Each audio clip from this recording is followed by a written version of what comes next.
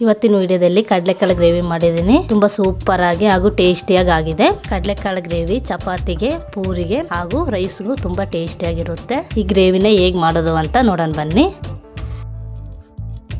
ಕಡಲೆಕಾಳು ಗ್ರೇವಿ ಮಾಡೋಕ್ಕೆ ಒಂದು 500 ಗ್ರಾಮ್ ಅಷ್ಟು ಕಡಲೆಕಾಳು ತಗೊಂಡು ಓವರ್ ನೈಟ್ ನೆನೆಸಿಟ್ಟು ಚೆನ್ನಾಗಿ ತೊಳೆದು ಎತ್ತಿಟ್ಕೊಂಡಿದ್ದೀನಿ. ಕಡಲೆಕಾಳು ಗ್ರೇವಿ ಮಾಡೋಕ್ಕೆ ಏನೇನು ಮಸಾಲೆ ಬೇಕಂತ ನೋಡೋಣ ಬನ್ನಿ.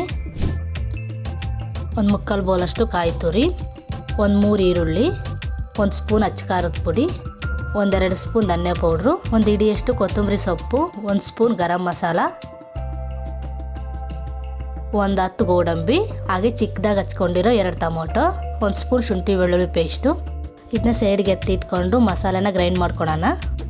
ಒಂದು ಮಿಕ್ಸಿ ಜಾರಿಗೆ ಕಾಯಿ ತುರಿ, ಗೋಡಂಬಿ, ಒಂದು ಅರ್ಧ ಲೋಟದಷ್ಟು ನೀರು ಸೇರಿಸ್ಕೊಂಡು ಗ್ರೈಂಡ್ ಮಾಡ್ಕೋಬೇಕು.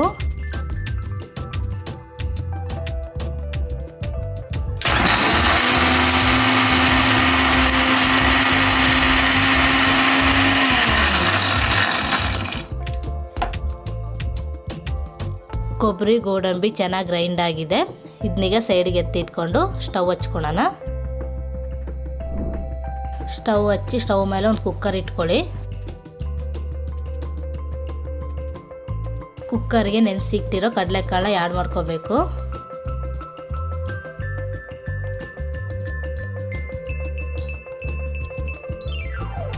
ಹಾಗೆ ಅದಕ್ಕೆ ಒಂದು ಚೊಂಬಷ್ಟು ನೀರು ಸೇರಿಸ್ಕೊಳ್ಳಿ.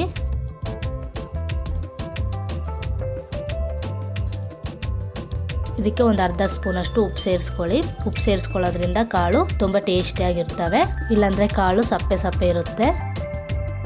ಕುಕ್ಕರ್ ಮುಚ್ಚಿ ಒಂದು 3 ವಿಜಿಲ್ ಕೂಗಿಸ್ಕೊಡೋಣ.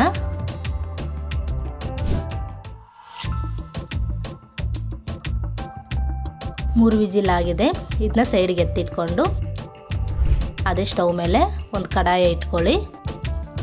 ಕಡಾಯಿಗೆ ಒಂದು 3-4 ಸ್ಪೂನ್ ಎಣ್ಣೆ ಸೇರಿಸ್ಕೊಂಡು ಎಣ್ಣೆ ಸ್ವಲ್ಪ ಬಿಸಿ ಆದಮೇಲೆ ಚಕ್ಕೆ, 1-2 ಲವಂಗ, ಹಾಗೆ 1 ಸ್ಪೂನ್ ಸೋಂಪು ಕಾಳು, ಹಾಗೆ ಚಿಕ್ಕದಾಗಿ ಕಟ್ ಮಾಡ್ಕೊಂಡಿರೋ ಈರುಳ್ಳಿ ಸೇರಿಸ್ಕೊಂಡು ಎಣ್ಣೆಲಿ ಸ್ವಲ್ಪ ಫ್ರೈ ಮಾಡ್ಕೋಬೇಕು. ಕಡಿಮೆ ಉರಿ ಇಟ್ಕೊಂಡು ಈರುಳ್ಳಿನ ಒಂದು ಮೀಡಿಯಮಾಗಿ ಫ್ರೈ ಮಾಡ್ಕೊಳ್ಳಿ. ಈರುಳ್ಳಿ ಮೀಡಿಯಮಾಗಿ ಫ್ರೈ ಆದಮೇಲೆ ಕರಿಬೇವಿನ ಸೊಪ್ಪು, 1 ಸ್ಪೂನ್ ಶುಂಠಿ ಬೆಳ್ಳುಳ್ಳಿ ಪೇಸ್ಟ್ ಹಾಕಿ ಎಲ್ಲನೂ ಚೆನ್ನಾಗಿ ಎಣ್ಣೆಯಲ್ಲಿ ಮಿಕ್ಸ್ ಮಾಡ್ಕೋಬೇಕು. ಶುಂಠಿ ಬೆಳ್ಳುಳ್ಳಿ ಪೇಸ್ಟ್ ಹಸಿ ಸ್ಮೆಲ್ ಹೋಗೋವರೆಗೂ ಫ್ರೈ ಮಾಡ್ಕೋಬೇಕು. ನೋಡಿ, ಒಂದು ಮೀಡಿಯಮಾಗಿ ಫ್ರೈ ಆಗಿದೆ. ಇದಕ್ಕೆ ಈಗ ಕಟ್ ಮಾಡಿ ಇಟ್ಕೊಂಡಿರೋ 2 ಟೊಮೊಟೊನ ಆ್ಯಡ್ ಮಾಡ್ಕೋಬೇಕು. ಹಾಗೆ ಇದಕ್ಕೆ 1 ಸ್ಪೂನ್ ಅರಿಶಿನ ಸೇರಿಸ್ಕೊಂಡು ಟೊಮೊಟೊ ಹಸಿ ಸ್ಮೆಲ್ ಹೋಗೋವರೆಗೂ ಫ್ರೈ ಮಾಡ್ಕೊಳ್ಳಿ.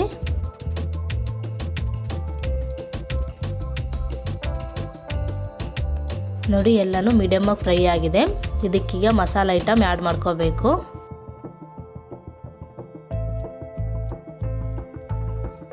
ಒಂದು ಸ್ಪೂನ್ ಅಚ್ಚ ಖಾರದ ಪುಡಿ, 1.5 ಸ್ಪೂನ್ ಧನಿಯಾ ಪೌಡ್ರು, ಹಾಗೆ 1 ಸ್ಪೂನ್ ಗರಂ ಮಸಾಲ ಎಲ್ಲನೂ ಸೇರಿಸ್ಕೊಂಡು ಎಣ್ಣೆಯಲ್ಲಿ ಚೆನ್ನಾಗಿ ಮಿಕ್ಸ್ ಮಾಡ್ಕೊಳ್ಳಿ. ಮಿಕ್ಸ್ ಆದಮೇಲೆ ಒಂದು ಅರ್ಧ ಲೋಟದಷ್ಟು ನೀರು ಸೇರಿಸ್ಕೊಂಡು 1-2-3 ನಿಮಿಷ ಮಸಾಲೆ ಎಲ್ಲ ಹಸಿ ಸ್ಮೆಲ್ ಹೋಗೋವರೆಗೂ ಸ್ವಲ್ಪ ಫ್ರೈ ಮಾಡ್ಕೋಬೇಕು.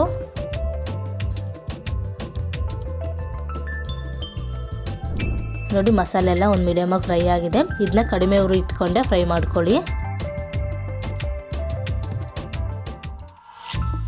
ಇದಕ್ಕೆ ರುಬ್ಬಿಟ್ಕೊಂಡಿರೋ ಕಾಯಿ ಪೇಸ್ಟ್ನ ಆ್ಯಡ್ ಮಾಡ್ಕೋಬೇಕು.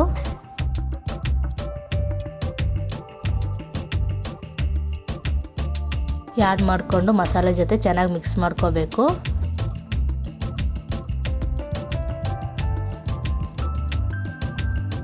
ಬೇಯಿಸಿಟ್ಕೊಂಡಿರೋ ಕಡಲೆಕಾಳನ್ನ ಸೇರಿಸ್ಕೊಳ್ಳಿ.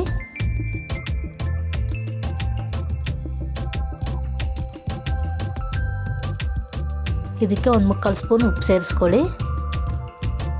ಸೇರಿಸ್ಕೊಂಡು ಹಾಗೆ ಮಸಾಲೆ ಜೊತೆ ಚೆನ್ನಾಗಿ ಮಿಕ್ಸ್ ಮಾಡ್ಕೊಳ್ಳಿ. ಇದಕ್ಕೆ ನೀರೆಲ್ಲ ಆ್ಯಡ್ ಮಾಡೋದೇನು ಬೇಕಾಗಿಲ್ಲ. ಕುಕ್ಕರ್ಗೆ ಹಾಕಬೇಕಾದ್ರೇ 1 ಚಮಚ ನೀರು ಸೇರಿಸ್ಕೊಂಡಿದ್ವಲ್ವ, ಅವೇ ನೀರು ಸಾಕು.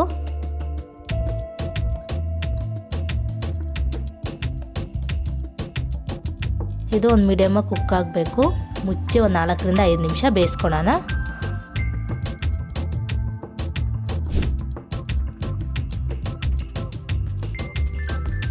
ನೋಡಿ ಕಡಲೆಕಾಳು ಗ್ರೇವಿ ಸೂಪರಾಗಿ ರೆಡಿಯಾಗಿದೆ. ಮಸಾಲೆ ಎಲ್ಲ ಬೆಂದಿದೆ, ಕಾಳೆಲ್ಲ ಚೆನ್ನಾಗಿ ಕುಕ್ ಆಗಿದ್ದಾವೆ.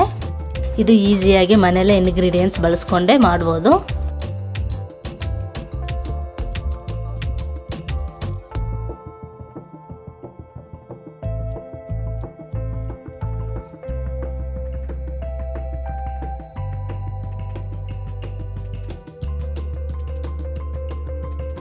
ಇದ್ರ ಮೇಲೆ ಹಾಗೆ ಸ್ವಲ್ಪ ಕೊತ್ತಂಬರಿ ಸೊಪ್ಪನ್ನ ಆ್ಯಡ್ ಮಾಡ್ಕೋಬೇಕು.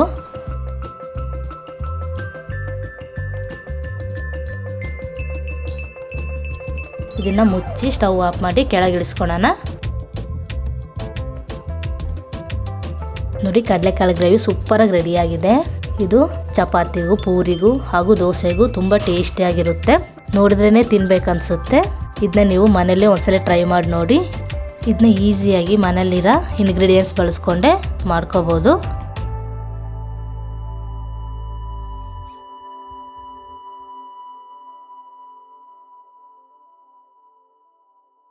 ಹಾಗೆ ನಮ್ಮ ಚಾನಲ್ನ ಸಬ್ಸ್ಕ್ರೈಬ್ ಮಾಡ್ಕೊಳ್ಳಿ. ವಿಡಿಯೋ ಇಷ್ಟ ಆದರೆ ಲೈಕ್ ಮಾಡಿ, ಕಮೆಂಟ್ ತಿಳಿಸಿ.